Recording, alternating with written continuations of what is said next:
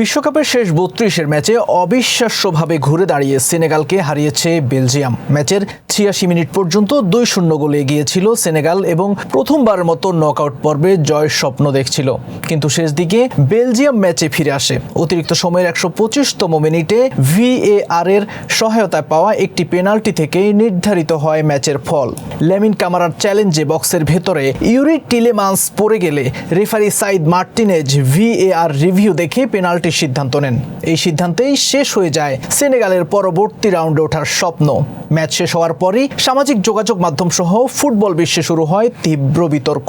Canadian ধারাভাষ্যকার Craig forest এই সিদ্ধান্তকে সেনেগালের প্রতি অত্যন্ত কঠোর বলে মন্তব্য করেন। একইভাবে সুইডেনের কিংবদন্তি জ্লাতান ইব্রাহিমোভিচও দাবি করেন এটি কোনোভাবেই পেনাল্টি ছিল না। তার মতে সামান্য স্পর্শকে বড় করে দেখিয়ে বেলজিয়াম সুবিধা নিয়েছে এবং রেফারি ভুল সিদ্ধান্ত দিয়েছেন। জ্লাতান আরও বলেন, আধুনিক ফুটবলে অনেক খেলোয়াড় ডি বক্সে সামান্য স্পর্শ পেলেই পেনাল্টি আদায়ের চেষ্টা করেন। তার মতে পেনাল্টির সিদ্ধান্ত একেবারে স্পষ্ট হওয়া উচিত এবং বড় টুর্নামেন্টে আফ্রিকান দলগুলোর বিপক্ষে বারবার এমন বিতর্কিত সিদ্ধান্ত দেখা যাওয়ায় তিনি হতাশা প্রকাশ করেন।